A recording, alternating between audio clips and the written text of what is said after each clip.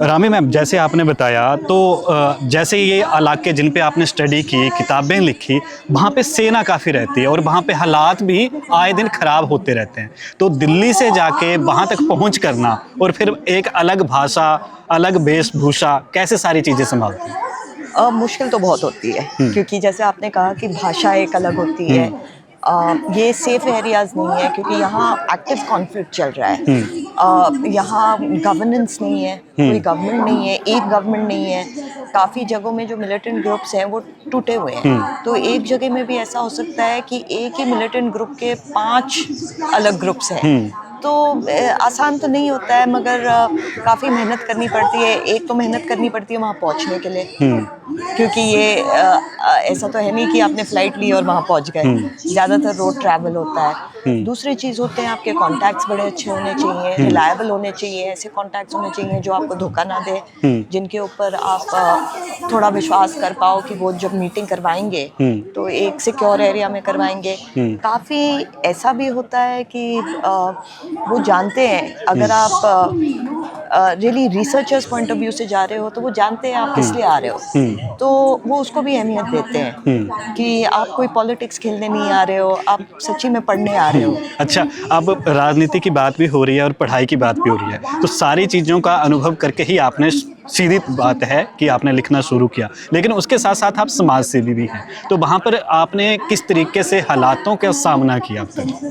देखो, समाज सेविका तो मैं नहीं कहूँगी मैं हूँ। हुँ, मेरा ज़्यादातर कंसंट्रेशन रिसर्च, फील्ड वर्क लिखने में, हुँ, मैं थिंक टैंक से जुड़ी हुई हूँ, हुँ, इंडिया फाउंडेशन करके, जो हुँ, पॉलिसी गवर्नमेंट को पॉलिसी हम सजेस्ट करते हैं कि हुँ, देखो, हम हमारे पास ये इंफॉर्मेशन है, ये नॉलेज बेस है, इसके ऊपर हम ये सजेस्ट करना चाहते हैं कि आपका एक्शन ये होना चाहिए। हुँ, अब वो लें इनपुट ना लें वो उनकी मर्ज़ी, मगर हुँ, हमारा काम ये होता है। हुँ, मगर हाँ, सोसाइटी को, जब आप इतना फील्ड में रहते हो, सोसाइटी को आप बहुत बारीकी से देखते हो, हुँ, बारीकी से समझते हो।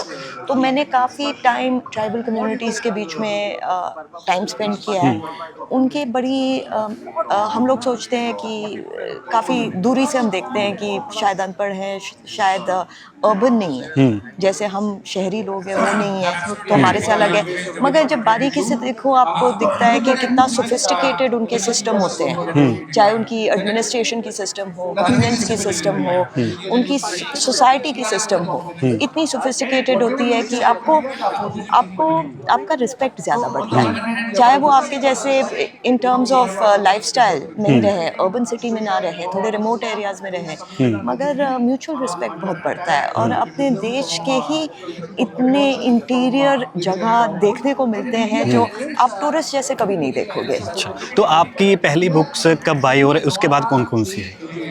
देखिए, मेरी पहला एक मणिपुर यूनिवर्सिटी और Indira Gandhi national tribal university के साथ 2 किताबें लिखी थी 2011 के बाद, ऐसे ही कुछ था। हुँ, 2011-13 में रांची भाग्य चंद्र, उसके बाद कल्चरल रिलीजियस ट्रांजिशंस इन नॉर्थ ईस्ट इंडिया, हुँ, क्योंकि नॉर्थ ईस्ट मेरा एरिया है।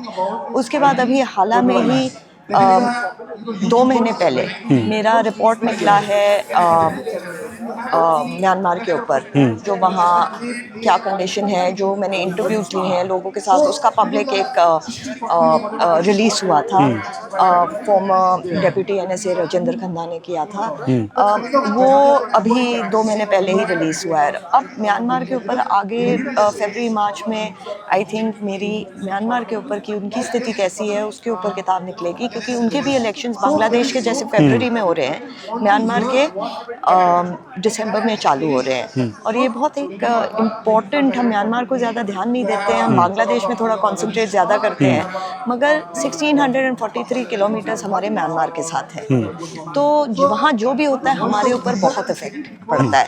तो होपफुली वो सब पहलू हैं मेरे अगली किताब में आएँगे। अच्छा, और जो पूर्व सीएम माफ़ी चाहूँगा पीएम जिनको फांसी की सज़ा का ऐलान हुआ, तो वहाँ पे राजनीतिक हालात, उसके बाद नेपाल के, उसके बाद अलग-अलग जेन ज़ी प्रोटेस्ट नेपाल में फिर से शुरू हो गया, तो उस पे उसको कैसे देखते हैं?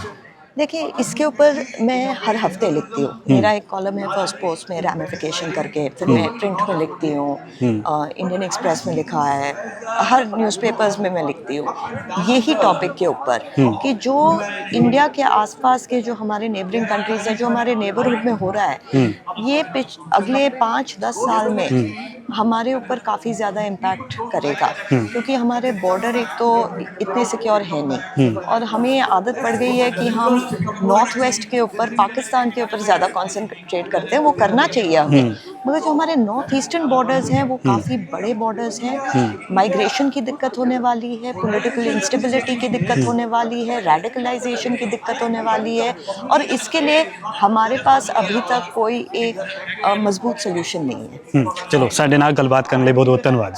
Thank you.